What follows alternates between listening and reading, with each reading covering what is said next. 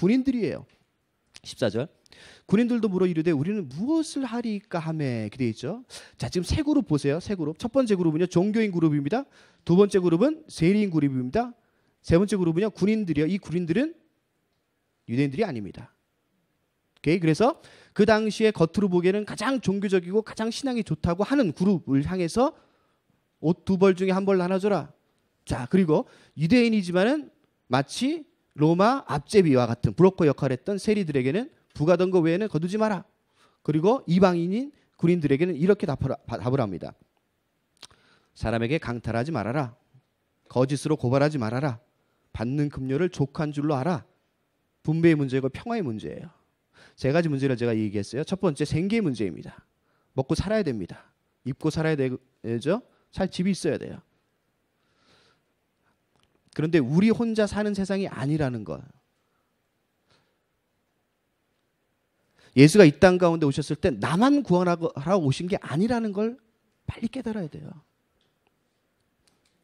그때 우리 주변에 생계의 문제에 곤란에 빠져 있는 사람을 향해 제자로서 살아가는 내가, 교회가 어떻게 반응할 것인가에 대해서 아주 중요한 답을 세례 요한이 주고 있는 거죠. 왜요? 그건 회개에 합당한 열매와 연결되어 있기 때문에 그래요. 두 번째 말씀드렸지만 세리, 부가된 것 외에는 더 거두지 말아라. 그리고 세 번째, 군인들에게는 폭력을 사용하지 말아라. 너희들의 힘을 사용하지 말아라. 그게 강탈하지 말며 거짓으로 고발하지 말며 받는 급료를 족한 줄로 알라. 이렇게 돼 있죠. 자, 세 가지 문제 다 어디에 걸려 있어요? 돈에 걸려 있어요. 살아가기 위해서 돈이 필요합니다. 세리가 뭘 걷어요? 돈을 걷습니다. 강탈하지 말고 거짓으로 고발하지 말고 급료 외에 더 받지 말아라. 뭐예요? 돈의 문제예요. 돈 이야기예요. 돈이 도대체 왜 이렇게 중요할까? 돈은 그 시대와 이 시대에 정의를 논할 때 가장 중요한 요소이기 때문에 그렇습니다. 돈의 역사가 있어요. 그 돈의 역사를 우리가 다 알 필요는 없지만 다른 거 다 차치하고 돈이 갖고 있는 힘과 세력을 누구도 부정할 수 없습니다. 모든 세계사의 중심에 돈이 있기 때문에 그래요. 누가 그 돈을 더 많이 소유할 것인가의 싸움이 바로 인간 역사의 핵심이죠. 그죠? 중세시대 때는요, 국가와 종교가 하나님 통치 위에 있었어요. 종교의 힘을 가지고요, 자본을 끌어모아요. 그리고 그 많은 자본을 갖고 사람들을 통치해 나가죠. 그래서 종교의 정당성과 종교가 갖고 있는 세력과 힘이 마치 하나님의 통치인 것 양 속이면서 어두운 시절을 보냅니다. 그게 종교 시대예요. 봉건주의 사회로 들어갔습니다. 영주들이 모든 성과 땅을 다 차지해요. 그 땅에서 먹을 거를 일궈내야 되는데 그들이 직접 노동할 수 없으니까 모든 평민들, 모든 민중들을 다 끌어다가 자기 땅에서 일을 시키고 그들에겐 정당한 노동의 대가를 주지 않고 영주들은 자기가 다 먹습니다. 그죠? 그렇게 몇백 년이 흘러요. 자, 그러다가 사람들이 보니까 불공평하거든요. 정의의 문제예요. 불평등하고 불공평하고 불의하다. 그러면 그건 다 정의의 문제에 걸리고 그 정의의 문제 밑바닥으로 가면 다 돈의 문제예요. 그죠? 2000년 당시에도 그랬어요. 오케이? 누가복음은요, 이 문제에 굉장히 집요하게 문제를 제기하고 답을 던집니다. 누가복음의 띠이 바로 다 여기에 몰려 있어요. 성령 충만한 제자들은 돈과 정의의 문제에 대해서 어떤 반응을, 어떤 삶을 살아가야 되는가에 대한 혁명적 이야기예요. 누가복음은요. 그래서 얼마나 레디컬한지 몰라요. 잘 들어보세요. 근데요, 너무너무 기쁘고 좋아요. 이 말씀이 진리이기 때문에. 근데요, 더 깊게 가면요, 너무너무 아파요. 예수의 생애를 보면요, 내가 예수 믿는 자인가? 매일 의심할 수밖에 없어요. 왜? 그런 삶을 살아가지 않는 내 자신이 너무 깊게 보이거든요. 자세히 들여다 보이거든요. 여러분들 누가복음을 나누면서 그 지점에 도달하지 않으면요, 여러분들 하나님이 누군지 모르는 것과 동일해요. 잘 보세요. 돈의 문제고요, 정의의 문제입니다. 그러자 프랑스에서 대혁명이 일어나죠. 1789년 그 이후 25년, 30년 후를 배경해서 만든 소설과 영화가 레미제라블이잖아요. 레미제라블은 무슨 얘기예요? 돈과 정에 대한 문제예요. 그래서 장벌장입니까? 하여튼간 발음이 장발. 항상 장시들이 항상 위대한 사람으로 장발장. 프랑스 액션 배우 장클로드 벤담 뭐 이런. 자, 모르셔도 돼요. 예. 예.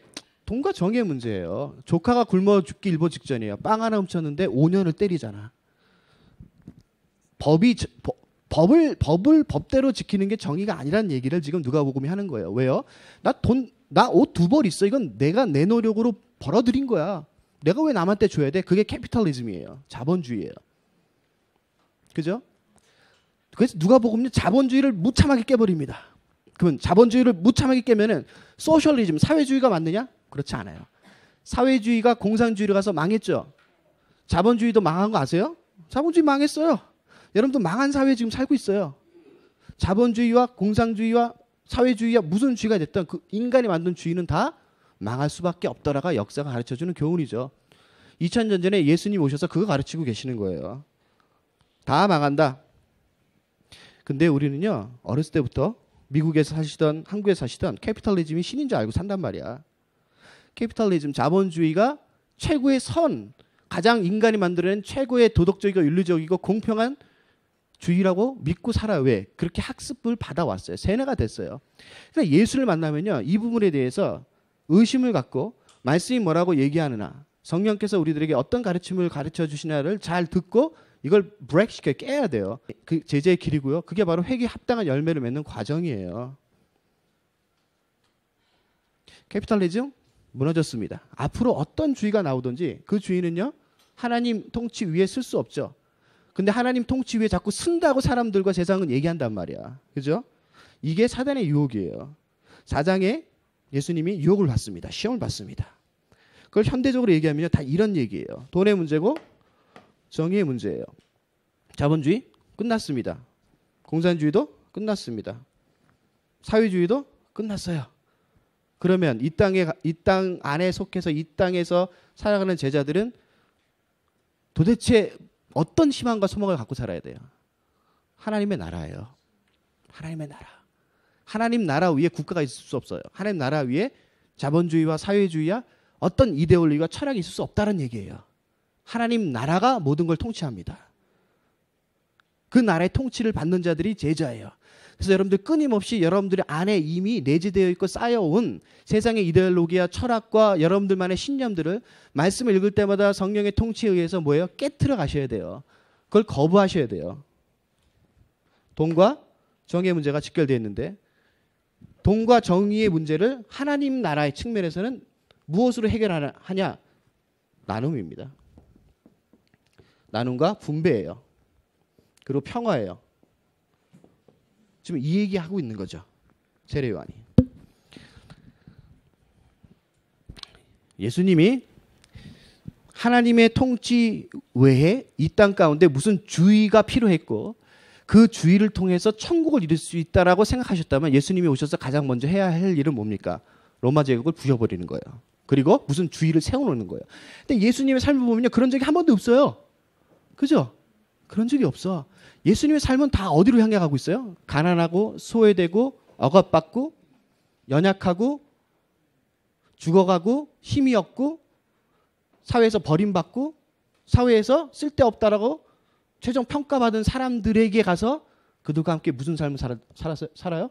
나눔의 삶과 분배의 삶과 평화의 삶을 사셨더라. 누가복음의 오병이어는요, 바로 이 삶이에요. 나누고 분배하고 하나님의 통치 아래서 평화를 누리는 삶이 뭔가를 보여주는 예가 오병이어 사건이에요. 누가복음에서는 그렇게 해석됩니다. 누가 공동체의 문제가 바로 이 문제거든요. 우리가 어저께 백그라운드 같이 나눴죠. 로마라는 대영 제국, 지금으로 얘기하면요, 캐피탈리즘의 신이죠. 모든 자본을 다 손에 쥐고 있어요. 모든 권력을 다 손에 쥐고 있어요. 모든 군사력과 모든 문화력과 종교력과 한마디 하면요, 모두가 다 엎드려져야 돼요. 이럴 때 누가 공동체가 도대체 하나님은 어디 있느냐 이거죠. 도대체 예수님이 이 땅 가운데 오셔서 우리를 구원하셨다고 하는데 그 구원의 실제적 현실적 내용은 교회와 제자를 통해서 어떻게 드러나야 하는가에 대한 깊은 갈등이 있는 거예요. 그때 누가가 성령에 의해서 누가복음을 쓰게 됐고 그 누가복음이 누가 공동체에 전달됐고 데오빌로 가카라는 고위 관직자를 중심으로 하여 밑에 있는 모든 주변에 있는 누가 공동체들이 예수 그리스도의 삶 가운데 이 부분을 배워가는 거예요. 뭡니까? 로마 제국을 깨트리면은 나눔과 분배와 평화의 삶이 시작될까요? 그렇지 않아요. 로마 제국을 깨트리면요 다른 제국이 세워지더라. 그 제국을 또 깨트리면 평화가 올까요? 유토피아가 올까요? 아니에요. 그 제국을 깨고 그 이즘을 깼더니 다른 제국과 이즘이 또 오더라 그거예요. 그럼 뭐예요? 이 땅은요 불안해요. 이 땅은 불안전하죠. 이 땅은 영원하지 않는다는 얘기를 하는 거예요. 그러면 로마 제국 시대에 살던 지금 미국이라는 가장 거대한 나라 밑에서 살던 상관없이 우리는 시대와 세대와 나라를 초월하여 우리의 본향은 그리고 우리를 통치하는 그 유일하신 분은 누구란 얘기예요? 그건 하나님 나라고 하나님이시라는 거죠.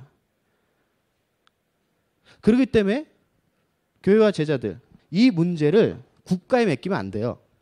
이 문제를 어떤 이즘에 맡기면 안 된다는 거예요. 하나님 나라와 통치 안에서 이 부분을 뭐 하셔야 돼요? 누리면서 제자로서의 합당한 삶을 살아가시는 몫을 여러분들에게 주신 거예요. 그게 하나님 나라 안에서 사는 삶이에요. 그게 천국의 삶입니다. 일단 전제가 이렇습니다. 자, 한 가지 더 얘기합시다. 돈과 정의에 대한 문제가 나왔기 때문에. 자, 여러분들이 어떤 나라에 살던 어떤 그룹에 속하던 어떤 공동체에 있던 상관없이 그 영역에는 정해진 파이가 있어요. 파이는 정해졌어요. 무한대가 아니에요. 파이는 정해졌어요. 그리고 그 파이를 먹는 사람의 수도 정해져 있습니다. 파이 조각이 10조각이라고 합시다. 사람이 10사람이에요. 오케이? 자, 가장 나눔의 삶, 분배의 삶, 평화의 삶을 살기 위해서 10명의 사람이 10조각의 파이를 각각 한 사람이 몇 개씩 먹어야지 맞아 들어갈까요? 하나씩이에요. 그죠? 동의하십니까? 여러분들의 삶은 그런 삶을 살고 계세요? 안 살죠? 이게 문제예요. 그렇게 안 살아요. 모든 사람이 다 어떻게 사냐면 그리고 어떻게 살고 계시냐면 이런 생각 갖고 있어요. 한 사람이 9개를 갖고 나머지 9명이 나눠야 된다. 그리고 9개를 한 사람이 소유했을 때는 여기서 나누고 도네이션하고 여기서 같이 분배하면은 그게 좋은 사회 아니냐. 그죠? 그게 캐피탈리즘이에요. 그게 자본주의 사상이에요. 그래서 내가 노력한 만큼 내가 열심히 한 만큼 내가 남보다 더 많은 소유물을 획득해서 그 다음에 나누자. 굉장히 이성적이죠.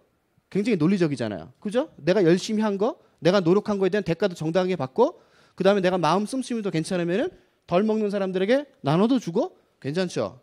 근데 하나님 나라는요. 이거를 부셔버립니다. 그거 아니다? 왜요? 역사가 증명하죠. 그리고 여러분들 개인이 증명합니다. 돈을 그전보다 더 많이 벌면요. 더 많이 나누는 것으로 가지 않더라. 그게 세상의 통치예요. 그럼 어떻게 됩니까? 돈을 그전보다 더 많이 버니까 무슨 일이 생겨요? 돈을 더 많이 쓰는 일이 생기더라. 동의하세요? 여러분들이 그전보다 돈을 더 많이 모아서 더 많이 나눠줬습니까? 자세히 보세요. 안 그래요. 그 왜 안 그런지 아세요? 하나님 나라의 나눔과 분배와 평화의 원칙이 우리 안에 없기 때문에 그래요. 간단하죠? 없어요. 그럼 우리는 무슨 주의로 살아가냐? 캐피탈리즘, 자본주의에 함몰되어 있어요. 자본주의가 신이 됐어요. 여러분들은 하나님을 신이라 부르고 예수님을 신이라 부르죠. 근데 회개에 합당한 열매를 한번 보세요. 여러분들은 정말 예수 그리스도의 삶을 닮아가고 따라가고 있는가? 그렇지 않아요. 우리는요. 권위자와 이 세상이 학습해온 내 안에 그래서 축적되고 내재되어 온 그것을 진리로 믿고 살아요. 모두 다 그렇습니다. 여기서 자유로울 사람이 없어요. 그런데 누굴 만나요? 예수를 만나요. 이렇게 시작되는 거예요. 구원의 개인적 역사는 이렇게 시작됩니다. 누구도 태어나면서 처음부터 하나님 나라의 통치를 받고 살아가는 사람 없어요. 다 그 사회가 주장하는 거짓 진리와 이성이라는 이름으로 둔갑한 어둠의 세력의 통치권 안에서 살아가요. 로마 시대도 똑같았어요. 오늘날 현대 21세기도 그런 한국에 살면 한국의 나라라는 국가라는 그 거대한 통치권 아래에서 학습받고 그것이 마치 진리냐 그렇게 믿고 살아요. 모든 사람이. 그러면 회개는 뭐고 변화는 뭡니까?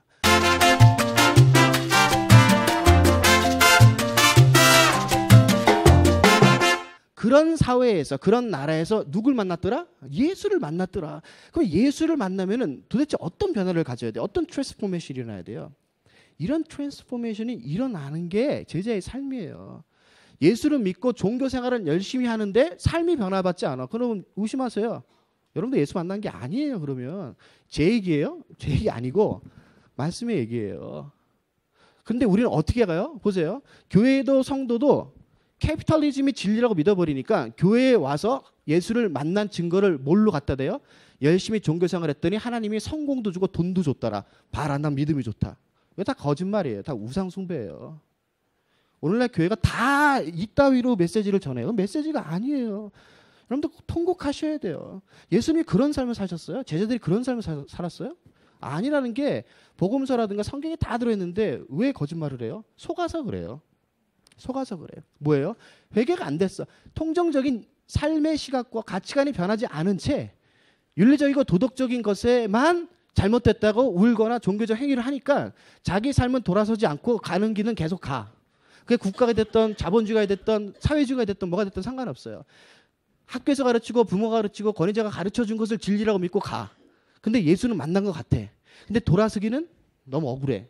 그러니까 가던 길로 가면서 그 중에서 몇 구절이라든가 몇 개를 띄워와서 내가 가던 길에 돌다리를 놓고 건너가는 거야. 그리고 그게 예수를 믿는다고 착각하는 거야. 그러니까 여러분도 변화받지 않고 교회도 변화받지 않고 사회도 뭐예요? 예수를 만날 수가 없어요. 이건 혁명적인 얘기란 말이에요. 누가복음은. 그래서 누가복음 읽으면서 뭐 다른 복음서랑 비슷하네. 똑같네. 좋다. 감사하다. 사랑의 예수님. 그 사랑의 예수님, 국률의 하나님, 자비 하나님을 자기가 가던 길에 돌다리로 놓고 가더라. 그게 우상숭배고 그게 종교주의자예요. 그럼 어떻게 하셔야 돼요? 다시 돌아갑시다. 어떻게 하셔야 돼요? 두 벌 있는 돈 나눠주세요. 방법이 없어요. 이거는 거짓말 얘기가 아니라 형이상학적으로 그런 거 있겠지. 그게 아니라 그렇게 사셔야 돼요.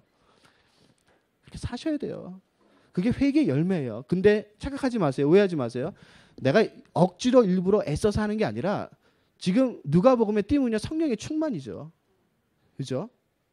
성령의 충만 아니냐. 내가 할 수 있는 일이 아니더라. 이걸 배워가는 거예요. 내가 하려고 그러니까 뭐예요? 안 되더라. 그러면 so what? 어떻게 해야 됩니까? 성령으로 충만하는 수밖에 방법이 없어. 예수님도 그렇게 사역을 시작해요. 이제 우리가 볼 겁니다. 자, 이거죠. 정해진 파이로 갑시다. 캐피탈리즘은요, 이게 진리라고 얘기해요. 파이가 조각이 10개가 있고 사람이 10명 있어요. 이 중에서 경쟁에서 승리하면 9조각을 얻을 수 있어요. 자, 시작! 해서 누가 먼저 달려가나.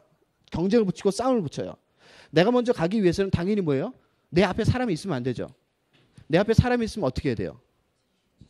목을 잡아서 끌어내려야 돼요. 이게 정의의 문제예요. 이해되세요? 정의의 문제예요. 자, 하나님의 정의가 앞서는 게 아니라 내가 갖고 있는 욕망이 중요한 거예요.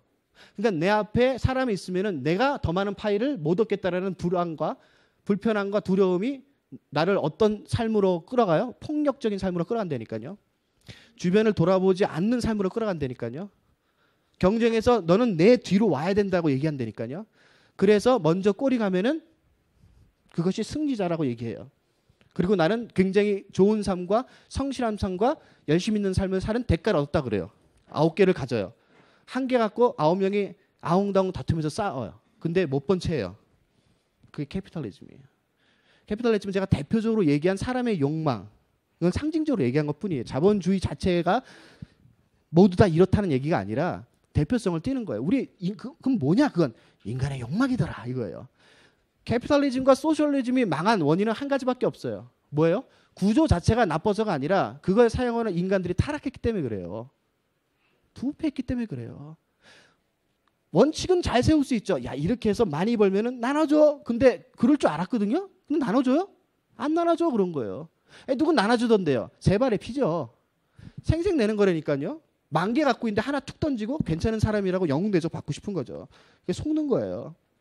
그러면 그 사람을 끌어내려라? 아니죠. 폭력을 사용해서 그 사람을 끌어내리라는 게 하나님의 통치 방법이 아니에요. 뭐예요? 너희는 그렇게 살지 마. 이거예요. 간단하죠. 너희는 그렇게 살면 안 돼.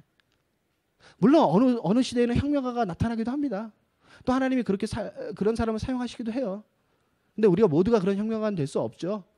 그러면 우리가 처한 이 삶의 영역 가운데 우리는 도대체 어떤 제자의 삶, 어떤 회개에 합당한 열매를 맺는 삶을 살아야 되느냐? 나눠주세요. 자, 그럼 어떻게 됩니까? 가장 좋은 거냐 이겁니다. 10사람이 뭐가 되는 거예요? 공동체가 되는 거예요. 이게 교회예요. 왜 교회가 필요하냐? 여러분들 예수는 개인적으로 믿잖아요. 그죠? 개인적으로 믿고 개인적으로 영접해서 개인적으로 구원받았다고 믿잖아요. 근데 왜 같이 모여야 돼요? 왜 같이 모이는 이유가 도대체 뭐예요? 생각 한 번도 안 해보셨죠? 그냥 원래부터 모였으니까 그래서 가는 거예요? 교회라는 건물과 시스템 안에 들어가야지 구원받는다고 생각하기 때문에 모이시는 거예요? 아니잖아요. 왜 모여요? 모일 이유가 하등의 이유가 없다니까요. 예수 그리스도 영접해서 개인적으로 그 다음에 개인적으로 하나님 나라의 통치의 삶을 살고 천국을 누리는 삶을 살면 돼요. 근데 왜 모여요?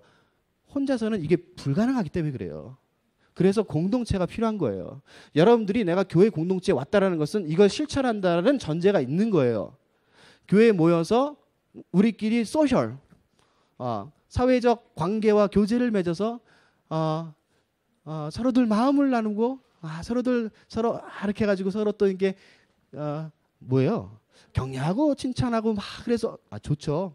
나쁘다는 소리가 아니에요. 근데 그것만 위해서 모이면요 교회 올 필요 없죠. 교회보다 더 좋은 모임 많아요. 그죠? 안 그래요? 저는 뭐 그런 모임 가본 적이 없어서 그런데 사람들 말 들으면요 기가 막힌 것 많더라고요. 거기 가세요. 올 필요 없어요. 왜 모여요? 다시 한번 반복합니다. 이것 때문에 모이는 거예요. 혼자서는 불가능한 삶이라니까요. 이 삶이요. 그럼 교회에 오는 목적은 뭐예요? 바로 누가복음의 띠을 갖고 얘기하면요. 정의의 문제를 공동체 안에서 구현하고 확인하기 위해서예요. 이게 가장 주된 목적이에요. 이게 이 안에 당연히 말씀이 있죠. 예배가 있죠. 기도가 있습니다. 찬양이 있고요. 나눔이 있고요. 함께함이 있어요. 근데 그것이 궁극적으로 어디를 향해 가야 돼요? 교회란 누구냐? 교회란 도대체 무엇이냐를 선교적 입장에서 지역사회와 열방에 보여줘야 돼요. 2000년 전에는 예수님이 오셔서 홀로 이 일을 시작하셨어요. 이 사역을 하셨어요. 제자들을 모았고요. 그 다음에 십자가에 달려 돌아가시고 죽으시고 승천하신 후 성령을 보내사 성령을 통한 교회가 그 다음에는 예수께서 하셨던 그 일을 받아서 하는 거예요. 그게 교회의 정체성이에요. 교회에서 정의의 문제가 해결되지 않으면요. 교회에서 정의의 문제가 가르쳐지지 않으면요. 여러분들 밖으로 나가서는 이중적인 삶을 살 수밖에 없어요. 교 안에 들어오면은 뭔가 새롭고 뭔가 영적으로 있는 것 같고 뭔가 위로가 되는데 밖에 나가보세요. 똑같잖아요. 그게 왜 그래요? 교회가 이 삶을 실천하지 않으니까 자꾸 괴리감이 느껴지는 거예요. 그러다 보니까 그 생활을 하면 할수록 종교 생활을 하게 된다니까요. 종교에 빠진다니까요. 예수를 만나지 않으니까 처음에는 소셜이 좋고 네트워크가 좋고 프로그램이 좋고 사람이 좋고 종교적 어떤 희열과 만족감이 좋아서 왔는데 10년, 20년, 30년 지나보세요. 책밖에 넣을시 계속 돌아가요. So what? 왜 교회 다니세요? 중요한 이슈를 던지고 있습니다. 그러면 이런 겁니다. 교회 안에서는 어떻게 해야 되느냐? 교회는 하나님 나라의 통치에 있어서 가장 대표적인 상징적인 내용을 갖고 있는 곳이고 인격입니다. 뭐예요? 10명이 공동체가 되는 거예요.